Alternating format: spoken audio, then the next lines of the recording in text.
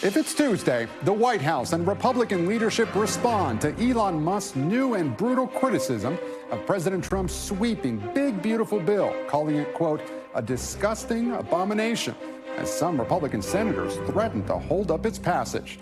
Plus, disturbing new footage of the fiery terror attack in Boulder, Colorado that injured 12 people, as DHS Secretary Kristi Noem announces that ICE agents are taking the suspect's family into custody. And back-to-back deadly incidents at a controversial U.S.-backed aid distribution site in Gaza, with dozens reportedly killed, as violence and chaos threaten emergency relief efforts amid a worsening humanitarian crisis.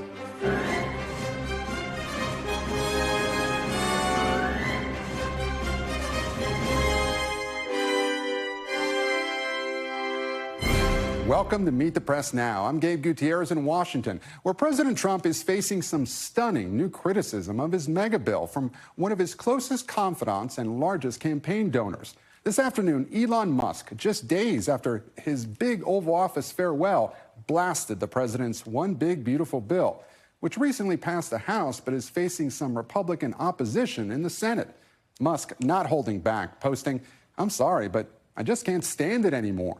This massive, outrageous, pork-filled congressional spending bill is a disgusting abomination. Shame on those who voted for it. You know you did wrong. You know it." He went on to say it will massively increase the already gigantic budget deficit to $2.5 trillion and burden American citizens with crushingly unsustainable debt. White House Press Secretary Caroline Leavitt reacting in real time to Musk's criticism from the briefing room, downplaying the influence of the world's richest man. Look, the president already knows where Elon Musk stood on this bill. It doesn't change the president's opinion. This is one big, beautiful bill, and he's sticking to it.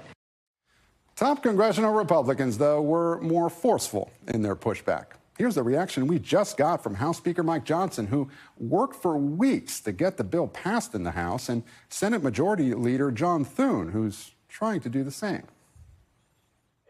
With all due respect, my friend Elon is terribly wrong about the one big beautiful bill. Are you worried that those comments can unravel support? Some people are No, I'm not worried about that. We have to get this job done. Well, my hope is that as he has an opportunity to further assess what this bill actually does, that he'll come to a different conclusion. But nevertheless, I mean, we have a job to do, the American people elected us to do. We have an agenda that everybody campaigned on, most notably the President of the United States, and we're going to deliver on that agenda. Musk's tweets came after the president took to social media to lash out at one of the Republican senators opposed to his legislation, Rand Paul, saying in part, Rand votes no on everything, but never has any practical or constructive ideas. This is a big growth bill. Well, here was the senator's response.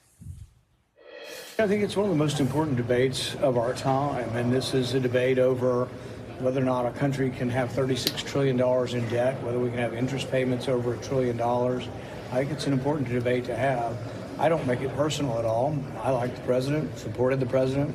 In fact, I'm for the tax cuts. They could get my vote, and I could vote for the package if they take out the debt ceiling and vote on that separately. And NBC News White House correspondent Vaughn Hilliard is with me now, along with NBC News senior national political reporter Sahil Kapoor. Vaughn, I want to start with you.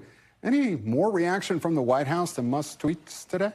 Right. Caroline Leavitt, the press secretary, making it clear that the president already knew Elon Musk's position on this bill. 1 week ago, he had made an initial comment in an interview suggesting you can't have big and beautiful in the form of a bill that the GOP should approve of. And these comments, though, the social media flurry of posts, really doubles, triples down 5 days after Elon Musk formally left Washington. And the question here at this point in time is what kind of influence does he continue to hold? Will he try to put pressure on lawmakers who have midterm elections coming up in 2026? And for the White House, will he try to be even more difficult of an outside ally, if you will, but somebody who could easily, if his influence is still what it was over the last 5 months, be able to bring down what the president in this White House has called a once-in-a-generation opportunity to pass a major Republican-backed tax bill and spending package? And Sahil, I want to turn to you, but I want to pick up on something that Vaughn just said. You know, we saw what power Musk had over congressional Republicans in December. So what's the view on the ground from where you are? Does he still have that much sway over the conference now? Yeah, it's not exactly clear how much influence Elon Musk still has over Senate Republicans, Gabe. It's substantial. There's no doubt about that. But his influence largely flowed from Donald Trump and the fact that he was in close proximity to Trump. It probably peaked around the time of Trump being inaugurated and maybe in the early part of his presidency. But some of that shine has worn off as Musk has become a bit of a political liability, in the run-up to the point where he was ultimately dismissed from DOJ. But nevertheless, this does very clearly influence the debate among Senate Republicans as they now take ownership of this bill. They try to revise it and pass it because Musk is calling out the hypocrisy here on the deficits. The fact that Republicans have sold this bill as an attempt to reduce the deficit when it actually does increase the deficit. Elon Musk is factually correct about that. Increases the deficit by over $2 trillion. Several Republican senators I spoke to today said, they do need to take a look at the spending aspect and the red ink aspect and cut spending more, including Senator Ted Cruz, including Senator Kevin Cramer, who conceded that Elon Musk does have a point here. So the debate might be moving in the direction of the fiscal hawks, which could complicate what happens on the other end with the centrists. So it was striking that Speaker Johnson wasn't particularly shy about pushing back on Musk. He had some pretty pointed words. What else did he have to say? Yeah, very unhappy with Elon Musk was Speaker Mike Johnson. He has worked really hard to get this bill over the line through his narrow House majority. He's highlighting the fact that there are more than $1 trillion in cost savings in this bill. What Speaker Johnson isn't mentioning, however, is the fact that the tax cuts and the new spending increases on immigration enforcement and the military outstrip those savings. Nevertheless, take a listen to what else Speaker Johnson had to say in terms of questioning whether Elon had a business interest in defeating this bill. It's a very important first start. Elon is missing it, okay? And it's not personal.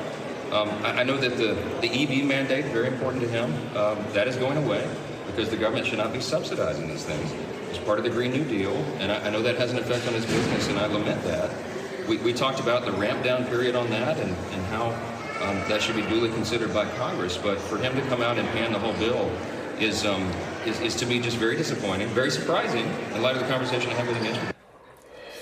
That's the Republican Speaker of the House wondering whether the Tesla CEO is worried about the clean energy cuts and how it would affect his business. Notably, Gabe, I spoke to Senator Chris Murphy, the Democrat from Connecticut, who also said his response to the tweet was a broken clock is right twice a day. But he said he doesn't think there's any sincerity in Musk's complaints about the red ink, that he was only worried about his own business interests as well. So a little bit of interesting convergence there between the Republican speaker and at least some Democrats. Well, Vaughn, we just heard from Sahil there about the deficit, a fact check there.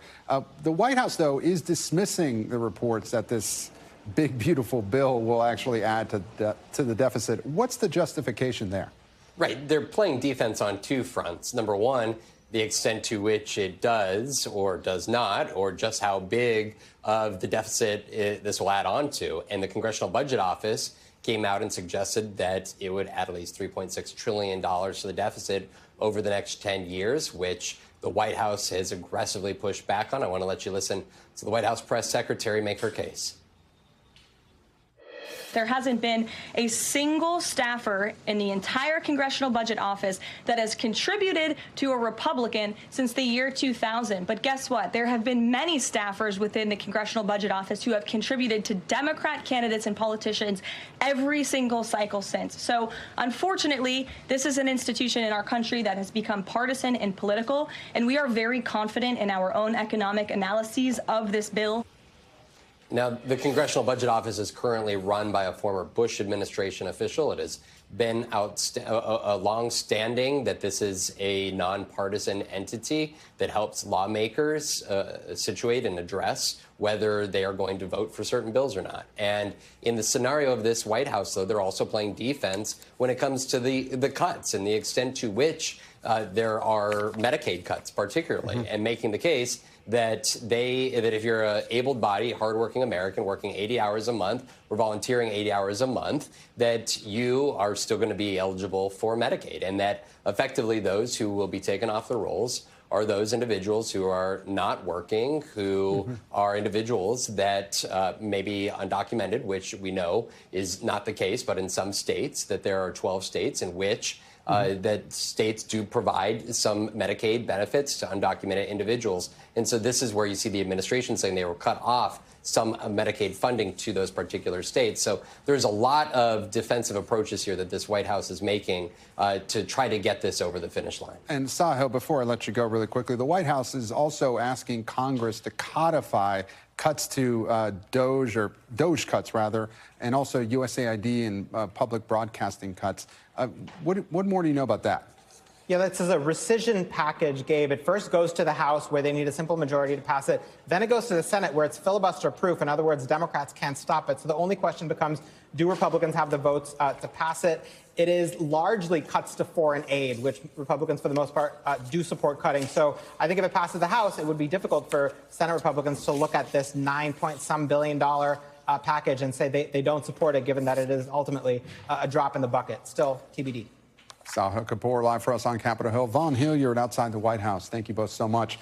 And turning now to the latest on Sunday's terror attack in Colorado at what was supposed to be a peaceful demonstration in support of Israeli hostages held in Gaza.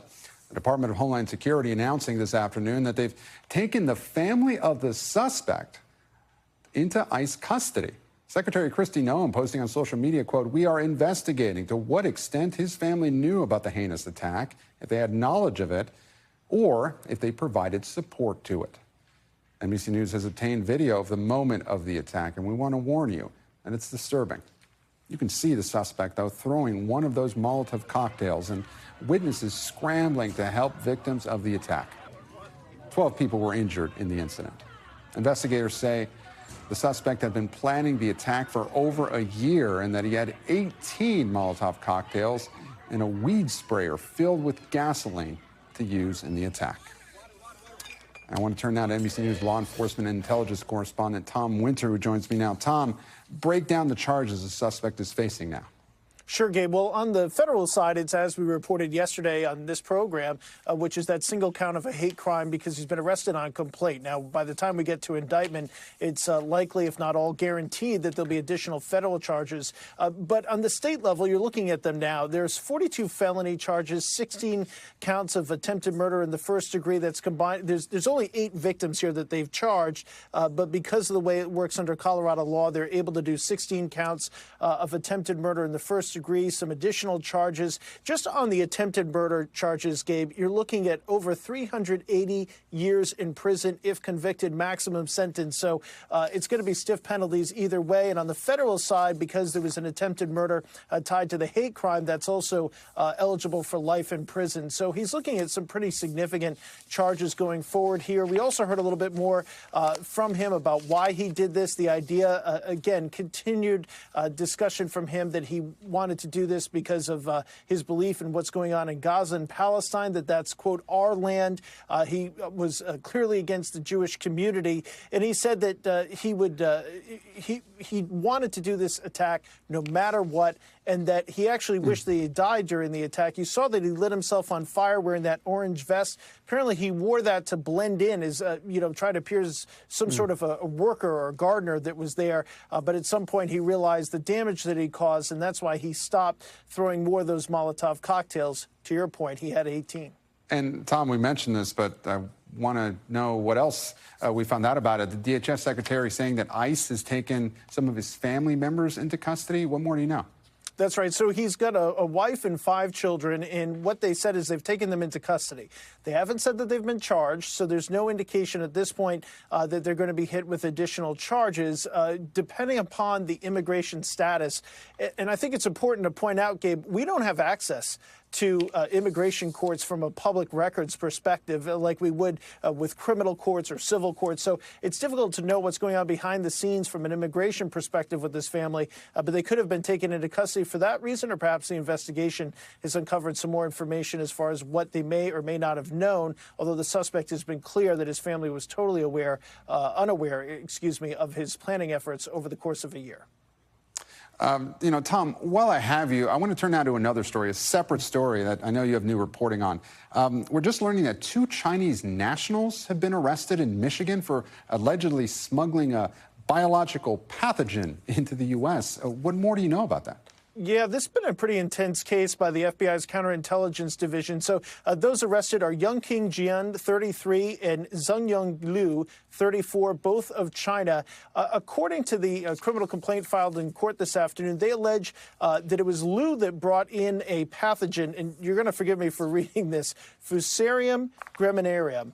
This is a pathogen that causes kind of like a light pink to reddish, and you're looking at some of the samples of what they say they uncovered on Liu's person when he was coming into the country, but it creates this blight on top of wheat and other crops, causes billions of dollars in crop damage a year. There is a fungicide that is able to be applied, but the problem is if it's not caught and it gets in the food supply, it can cause serious health issues for not only livestock, but for human beings as well.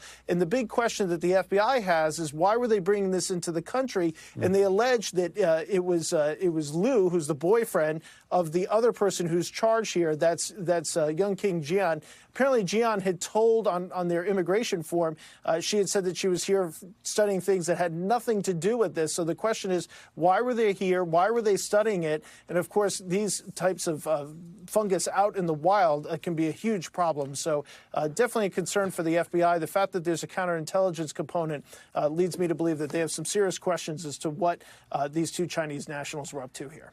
Tom Winter following several breaking stories for us. Tom, thank you. And coming up, firings, pardons, and policy changes. How the Trump administration has gutted the federal government's anti-corruption efforts in just 4 months, according to experts. We'll dig into the political fallout. Plus, it's officially June, and you know what that means. It's primary season, the busiest month at the polls since the election. Steve Kornacki's tracking it all, and he's standing by at the big board straight ahead. You're watching Meet the Press Now.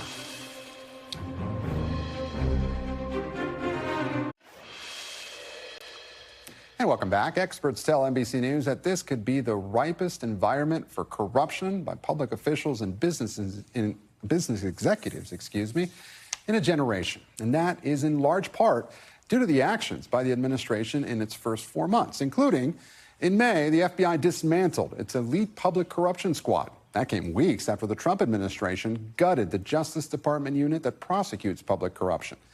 Ethics watchdogs warn that Trump rolled back these anti-corruption efforts as his family seeks to dramatically expand its business empire. The Wall Street Journal reports the Trump Organization has announced 12 overseas deals since the November election, many with joint ventures that are in business with foreign governments.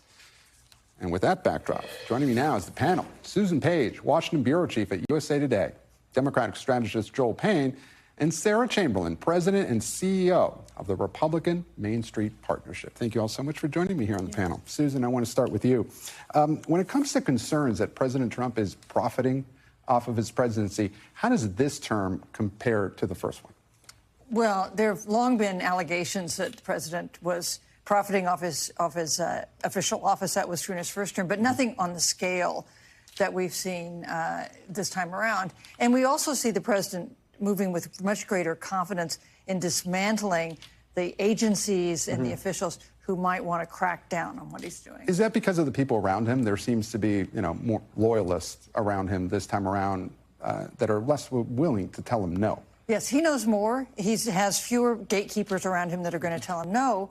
And I think this reflects his vision of the government's role, which is less supervision of white-collar crime and more supervision of, say, immigration crime or other kinds of I guess you don't have blue-collar crime. What is it? Violent crime. Yeah, that's right. But the white-collar crime seems to be a lower concern of this administration than of past ones. And Sarah, what are you hearing from Republican lawmakers? Are they in any position to try and stand up to him on any of this? Well, what they're really hearing is from their constituents who are actually supporting President Trump in this.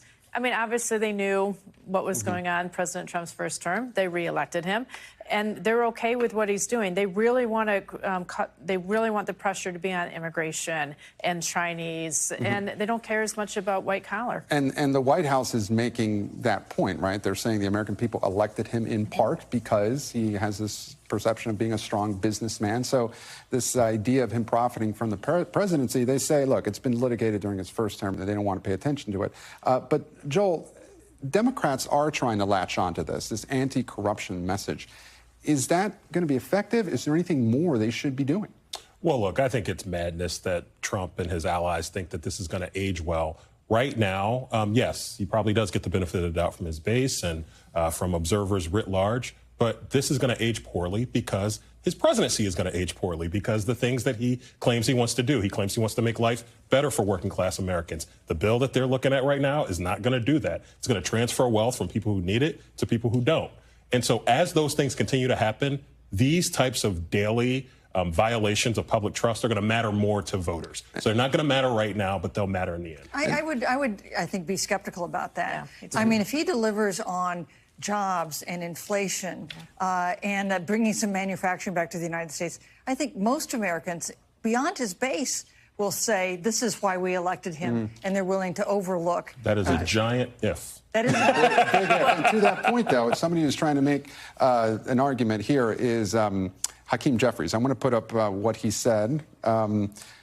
He said the fact that Donald Trump has become the most unpopular president in American history in the immediate aftermath of his first 100 days in office tells you that the American people are actually paying attention and dislike what they are seeing from this administration as we move forward.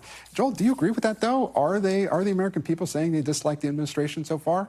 I think what the American people are saying is the same thing that they say to most presidents within their first 6 to 9 months is, let's see what this guy or this woman, as far as the presidency, of course, has been all guys, but let's see what this new president and this new administration can do for us.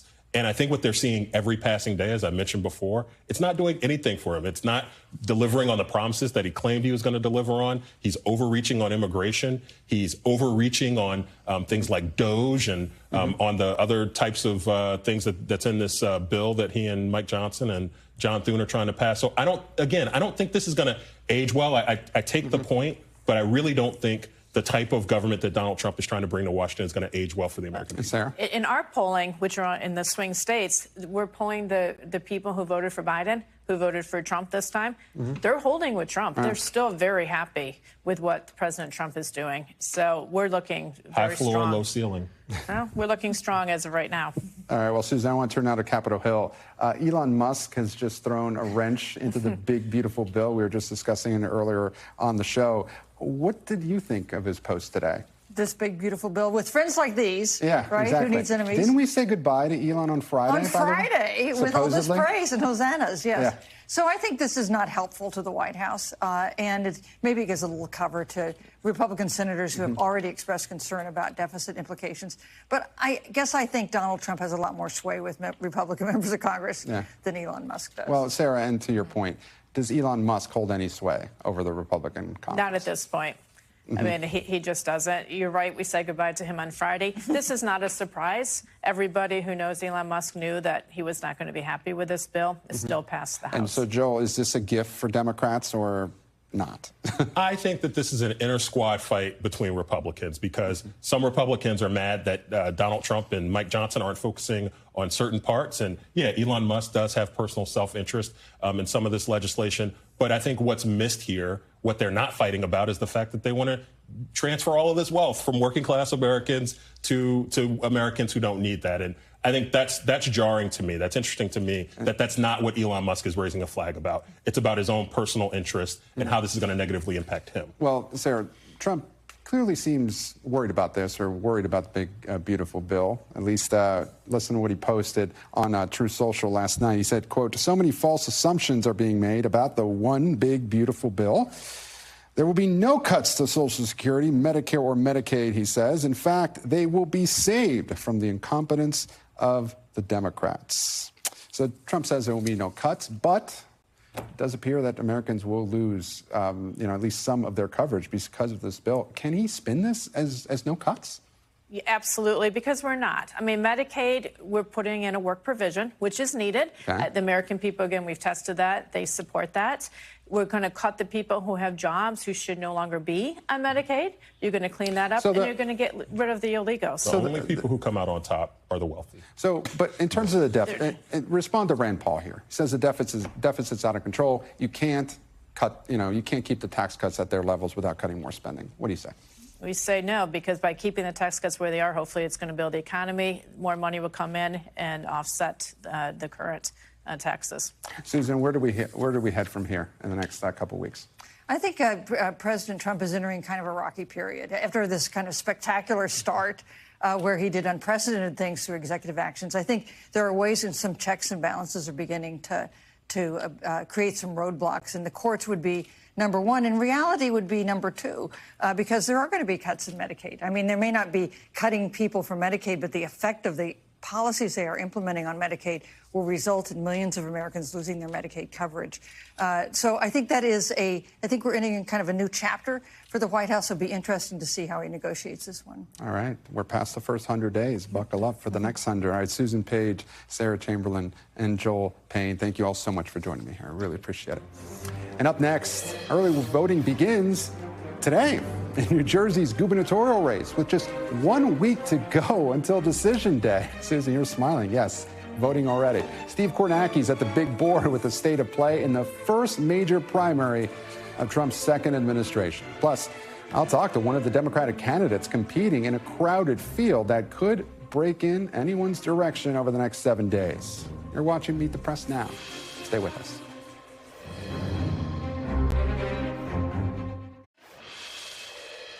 Welcome back. If it's Tuesday, voters are voting somewhere. And today, that somewhere is New Jersey, where early voting is now underway in the state's high-profile gubernatorial primary, kicking off the busiest month at the polls since November. Primary election day in New Jersey is a week from today, and more than $80 million have been spent on the race to succeed term-limited Democratic Governor Phil Murphy, with most of that money being spent in the Democratic primary. Joining me now for a look at the race in New Jersey and all of June's primary elections is our man at the big board, Steve Kornacki. Steve, it is so good to have you here. So New Jersey kicks off the busiest month in politics since November. As we just said, what are you watching this month? Yeah, here we go. 3 primaries in 3 weeks in the 3 biggest elections of 2025. As you say, it's going to start next Tuesday in New Jersey. Most of the action next week is going to be right here in the Democratic race for governor. 6 candidates running here. You have Mikey Sherrill, Josh Gottheimer. You might recognize their names, both members of Congress. You got Ros Baraka, the mayor of Newark, Steve Fulop, mayor of Jersey City here. So a bit of a crowded field, although the most recent polling finds that Sherrill has been separating herself potentially from the pack. Sherrill, remember, she won a Republican district to get her House seat originally back in 2018. A lot of Democratic leaders have decided they think she's the most electable candidate in the fall. She has the most support from the party organizations in the state. New Jersey, on the Democratic side, still does have a large old-school machine component to its politics. So I think Sherrill has taken the lead here, certainly. Keep an eye, though, on these two. On Fulop, on Baraka, on the 2 mayors, each one been running to the left here. Fulop running against the party establishment, Baraka on the most progressive platform. He had that high-profile arrest at the ICE facility last month. Could either of them catch fire with the progressive base of the party, potentially make this interesting, or are they kind of going after the same votes in some ways, which might make it easier for Sherrill? But anyway, some of the dynamics to look for right there on the Republican side in this race. Jack Ciattarelli is likely going to be the nominee. He was the Republican candidate last time around. He has Donald Trump's endorsement this time. So if it's Ciattarelli as the Republican nominee, see who comes out of this Democratic primary. This is interesting in the fall because something has to give.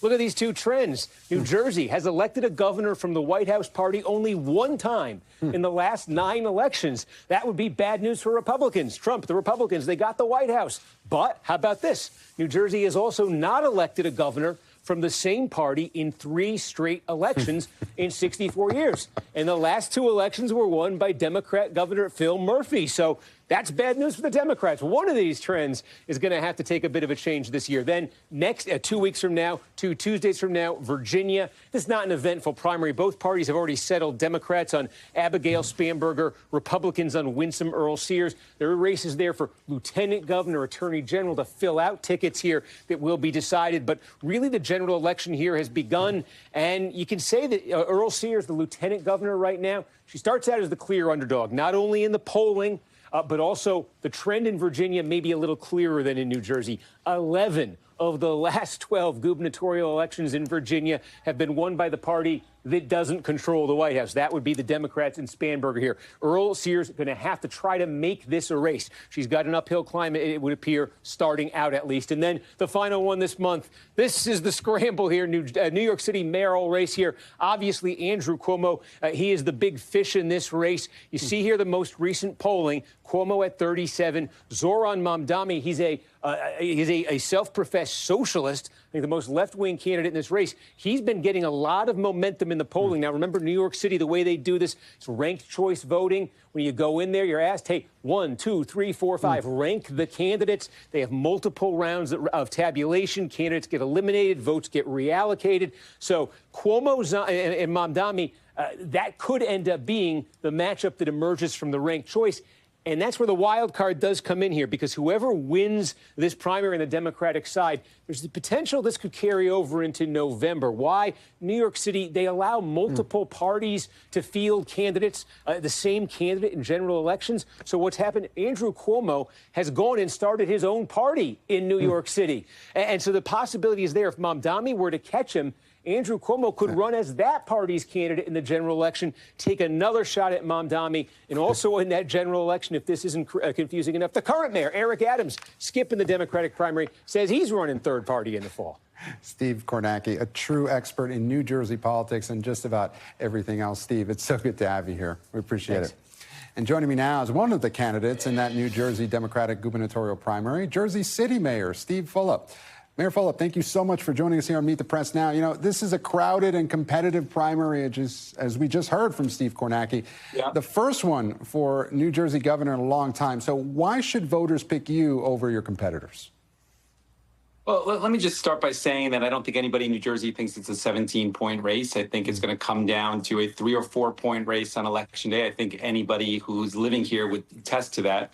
The reality is that I think our lane is most credible for November, because it's not really going to be a referendum on Donald Trump. It's going to be more of a referendum, as I think Steve touched on, after 8 years of Phil Murphy. And Mayor, I want to put up some of your piece out today in NewJersey.com. You said the biggest hidden tax in New Jersey is corruption. Backroom deals, no-bid contracts, political favors. That culture doesn't just erode trust, it costs real money, and it blocks real progress. No more excuses, no more insiders writing their own rules. People deserve a government they can actually trust. So you're the mayor of the state's second largest city. You've backed establishment candidates in the past. Why are you the best person to take on corruption in New Jersey? Well, let me say I've never ran with the party establishment support. I actually beat them in 2013, and then they couldn't beat me in 2017, so they were supportive. And then again in 2021, when I ran for council in 2005, it was the same exact lane that I'm in. So I think it's the only credible lane to be successful in November. It's a lane that I've been part of for 20 years. But as a mayor, you work with other people, and I think I have a track record of that, but never been part of it here in New Jersey. And to that point, you recently called Governor Murphy a sub-average governor. So where has he fallen short, and how would you be different? Well, I think if you think about Governor Murphy, I think that he's risk averse and conflict averse. He's a nice guy, but I think those are two attributes that aren't probably the best for an executive. I think he's done a lot of simple, progressive tasks post Kristi. And I don't think we've been bold. I think if you think about things like the minimum wage, we're still a poverty wage, even though we raised it. You think about paid sick leave, we were late to the party. So if you were to look back at the 8 years, I think it'd be hard-pressed to say what his biggest accomplishment is that's been transformational. So I say he's done some basic things, but I think just the basic isn't enough. So if I hear you correctly, you want to be the bold candidate, you want to be the risk taker, and you painted yourself in ads as the best Democratic candidate to take on Trump. So what state resources specifically would you mobilize to fight Trump's agenda? And do you worry you put a target on New Jersey's back?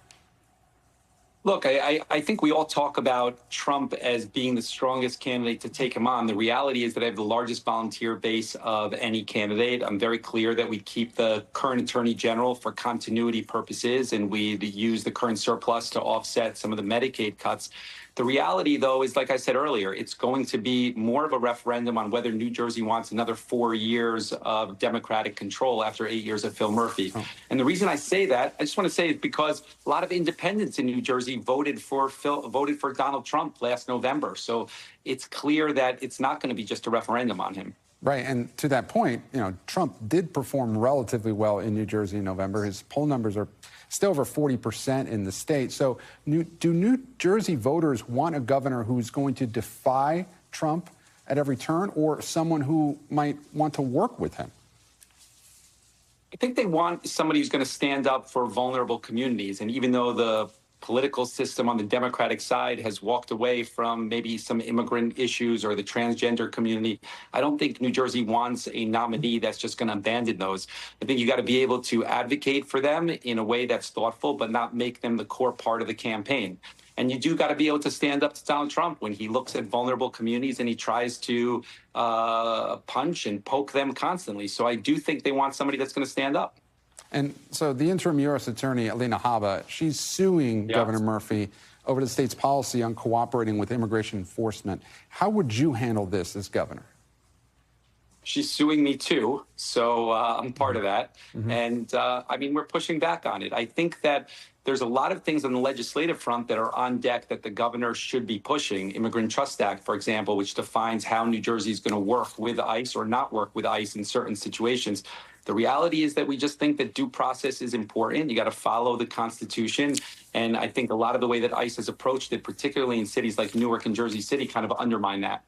And Mayor, a couple of days ago, one of your rivals, Josh Gottheimer, said that I think this is going to be a very tough November for whichever Democrat wins. Do you agree?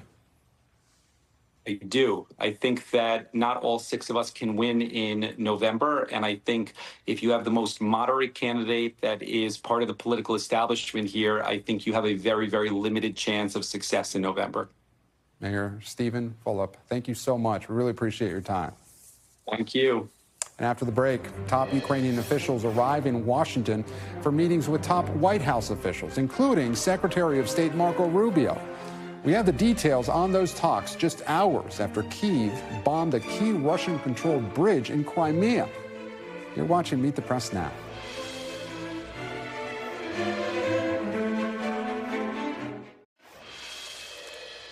Hey, welcome back. Another chaotic scene unfolded at an aid distribution site in the Gaza Strip. And once again, conflicting reports from both Israel and Hamas about what took place. Israel's military said it fired warning shots near an aid distribution center. But the Hamas-run health ministry in Gaza says 24 people were killed and hundreds others were injured when Israel opened fire on civilians seeking aid. It is the latest in a string of similar incidents surrounding the U.S. and Israeli-backed aid group's effort to distribute much-needed humanitarian aid in the Gaza Strip. NBC's Andrea Mitchell pressed the State Department spokesperson this afternoon about the aid distribution operation. There is widespread criticism and actual self-criticism by the consulting group that was supporting the foundation, which is backed out of it, that the distribution system was not as professional as either the UN, or the World Food Program and other people who are used to working in this area, and that there should have been more distribution points where people would not have been told to line up. And Andrea, you know what? But these questions now, these are critiques of an environment that we've talked about regularly every day. But hundreds of thousands of people in Israel, as well as the Hamas, the families of the people being held by Hamas, are protesting this food decision. The former defense minister criticized these decisions. There is plenty of internal. Well, I'm sorry, Andrea. I understand. I understand. I don't think any of us are going to be protesting 7 million meals being distributed. And joining me now is NBC News international correspondent Matt Bradley in Tel Aviv and, as mentioned, NBC News chief Washington correspondent and chief foreign affairs correspondent Andrea Mitchell. I want to start with you, Matt. What more do we know about that incident at the Gaza aid distribution site? The Ministry of Health in the Gaza Strip, which is ruled by Hamas, said that 27 people were shot dead this morning and that more than 160 were injured. Now, the IDF did say that it had opened fire at a group of Palestinians who were waiting in line for food aid at one of these new aid distribution points. The IDF said in a statement earlier this morning that they had fired at people who had deviated from the line approaching one of these aid distribution centers, and that when they didn't obey, they actually fired at the suspects who were continuing to approach the soldiers' positions. But this is the latest violent confrontation for Palestinians who have simply been waiting in line trying to get much-needed food after months of being deprived under an Israeli full blockade that only started to loosen just in the past couple of weeks. Now, this is actually backed by a U.S.-backed group called the Gaza Humanitarian Foundation.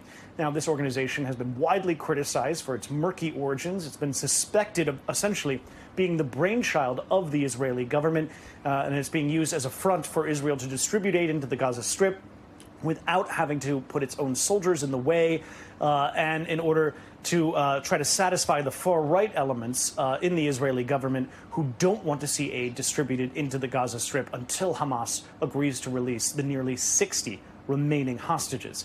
But this aid group says that it's distributed well more than 7 million meals to the more than 2 million people in the Gaza Strip.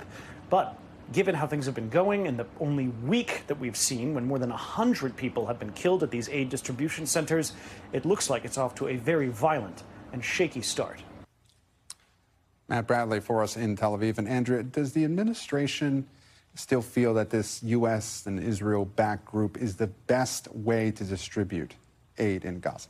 They are just very, very defensive about it. They don't acknowledge that the reason for starvation, near famine conditions, is that Israel for 2 months was blocking all aid deliveries there, saying that they would not until Hamas had agreed to the ceasefire and to release the hostages. Hamas has issued an offer, but it was quickly rejected by Steve Witkoff, saying that it was completely inadequate. So that broke down on Sunday. And the UN spokesman, Steven Fulop, today called it a death trap, what they're being forced into, because contrary to the way the UN and the World Food Program has always operated, they're forcing people to go into a militarized zone run by the IDF in order to get the food that has not been, available to them for 2 months.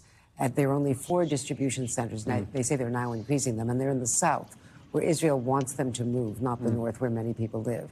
So they say that this is part of a relocation effort, and it is not a humanitarian way to deliver food. And certainly, Andrea, we'll know you keep pressing the State Department about that. But I want to switch to another part of your beat. Sure. President Trump posted on social media yesterday that under any potential nuclear agreement, the U.S. will not allow Iran to enrich uranium. What is the status of those negotiations at this point? That sounds like a declarative statement, and the State Department said it is absolutely firm today. But under any agreement is where there's some wiggle room, because in the transition until there is an agreement, according to the New York Times and other reports, there is the possibility that they would be able to enrich at low, controlled, inspected levels of uranium, not what they're now doing, which is way beyond the bounds. It's 60%. It's near weapons grade. So low levels of uranium for civilian use only, supposedly carefully controlled, until there is an agreed-upon deal. And once there's a deal, they could no longer enrich. So that's where the disagreement lies. Still not a deal, but better than what many people had hoped, and the president seems very committed to it. Well, Andrea, now that we have you here, we might as well cover a lot of ground. Switching now to Ukraine. Ukraine has been going on offense with those drone attacks several days ago, and also the attack on the Crimea Bridge today. Does this give Ukraine more leverage? I thought President Trump said they didn't have the cards. That's what he said famously in that Oval Office confrontation where he dressed down the president of Ukraine. What it turns out is that in complete secrecy, as far as we know, there was no consultation. Ukraine for 18 months was planning that drone operation where they hid drones on trucks and got them as far as 3,000 miles into Siberia, and then unleashed them and wiped out perhaps as many as half of the long-range planes, nuclear-capable planes of the fleet, of the Russian fleet. now going after that critical bridge. They've attacked it before. It's been rebuilt before. It's the critical link to Crimea. So it does give them leverage, but the tragedy, as you look at this, the criticism is that Russia, in its position, which it released, its negotiating position, is that they have to disarm, that they can't have any foreign help, military help, that Russia will control more territory than it now controls, and that they have to hold elections, arguably to replace Zelensky. All right. Andrea Mitchell, thank you so much for joining us here, and congratulations on your Career Achievement Award from the Peabodys. Well, thank you. Welcome back. Long flight from out west. Thank you, Team Andrea. effort. Thank you. All right, and still to come, the fallout from the Trump administration's drastic foreign aid withdrawal as some of the world's most vulnerable communities face the effects. That story's next. You're watching Meet the Press Now. Stay with us.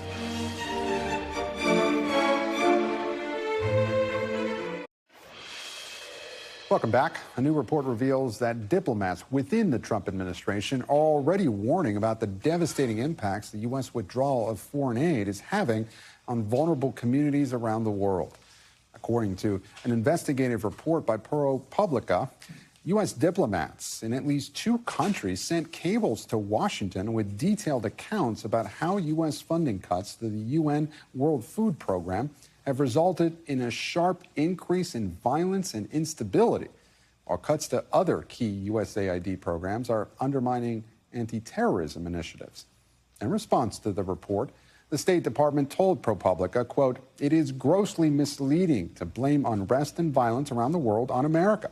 No one can reasonably expect the United States to be equipped to feed every person on earth or be responsible for providing medication for every living human." Joining me now is one of the reporters on that story, ProPublica's Brett Murphy. Brett, we really appreciate your time here. Tell us more about your investigation and what those internal reports and cables from American diplomats reveal. Sure, yeah, these are different than previous cables and reports that U.S. embassies around the world had been sending over the past few months. Previously, there had been warnings from embassies in the Middle East and Africa saying that cutting down on USAID programs, especially food programs, will lead to instability, violence, and give extremists the opportunity to gain new space. These are different because they said this has already happened. They were offering detailed accounts of incidents in Malawi and in Kenya, where there had been a rise in what they called criminality, sexual violence, and deaths around food distribution centers. So the impacts, they were saying, have already happened. They're already here. And Brett, have you seen any evidence that the Trump administration is doing anything to address the concerns American diplomats are raising? We saw that statement in your article from the State Department, but what else is the administration saying, and what is it telling those diplomats directly? Yeah, so it's a little unclear what they're saying back. We know that Secretary of State Rubio told Congress a couple of weeks ago that there have not been deaths as a result of the foreign policy vis-a-vis USAID. But what his own people have been saying inside of these embassies around the world is that there is violence that is now taking place, and they were warning about it. They were warning about it in Mogadishu, in Nigeria, in Afghanistan. They were saying that, you know, there's going to be unrest when you take away people's food. They've turned some programs back on to some degree, but really important ones like the World Food Program, their funding has been drastically cut, and these huge refugee camps in Africa that we wrote about rely on the World Food Program for the food. And now the rations are going down as low as 50% of what people need for a given day, and people are responding. And Brett, for years, both Democrats and Republicans, but administrations from both parties really have used humanitarian diplomacy as a method of soft power. So what alarm bells are U.S. officials ringing, specifically when it comes to U.S. national security interests?